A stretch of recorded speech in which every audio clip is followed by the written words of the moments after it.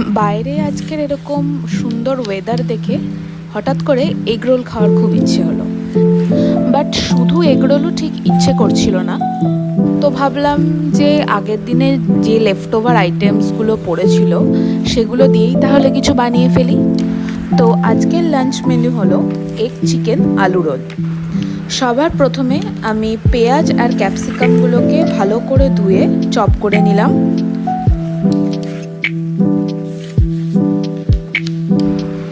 এবার আমার কাছে যে লেফট ওভার চিকেন ভর্তা আর আলু চোখা রয়েছে সেগুলোকে মিক্স করে একটা সুন্দর পুর বানাতে হবে। তাই এবার কড়াইতে তেল নিয়ে দিয়ে দিলাম জিঞ্জার গার্লিক পেস্ট। সেটা একটু সটে করার পর তার মধ্যে দিতে হবে হলুদ, কাশ্মীরি রেড চিলি পাউডার, ধনিয়া পাউডার অ্যান্ড জিরা পাউডার। Mix them well. এবার সামান্য পেঁয়াজ আর ক্যাপসিকাম কুচি অ্যাড করে নিলাম আর সেটা সফট হওয়া পর্যন্ত সেটাকে ভালো করে কুক করে নিলাম।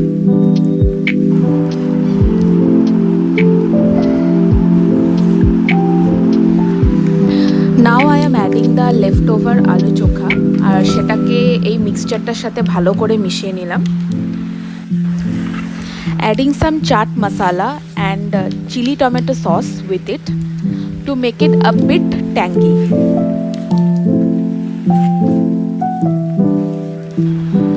এবার রোলের জন্য পরোটাটা রেডি করছি।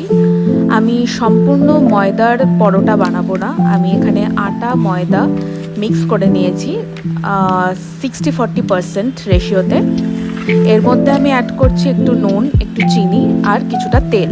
এবার ভালো করে এটাকে মাখিয়ে নিচ্ছি।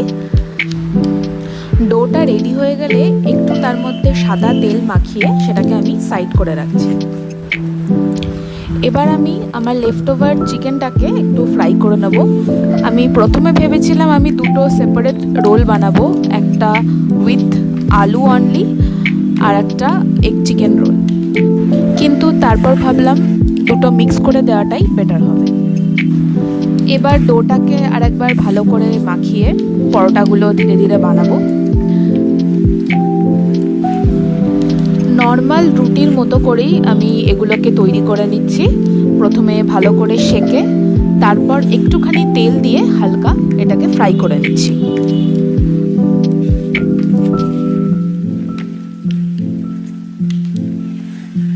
এবার আবার কড়াইতে কিছুটা তেল দিয়ে add the egg and the paratha and cook them well.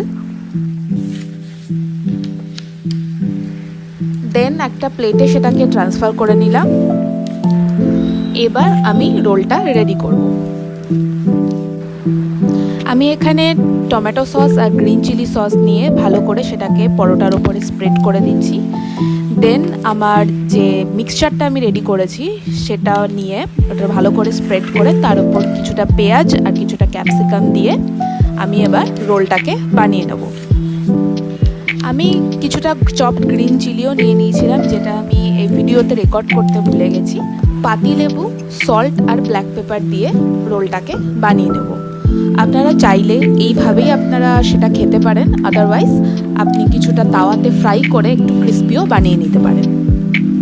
তো আজকে এই পর্যন্তই, আবার দেখা হচ্ছে নেক্সট ভিডিওতে। আর এই রেসিপিটা ট্রাই করলে কিন্তু আমাকে কমেন্ট করতে ভুলবেন না।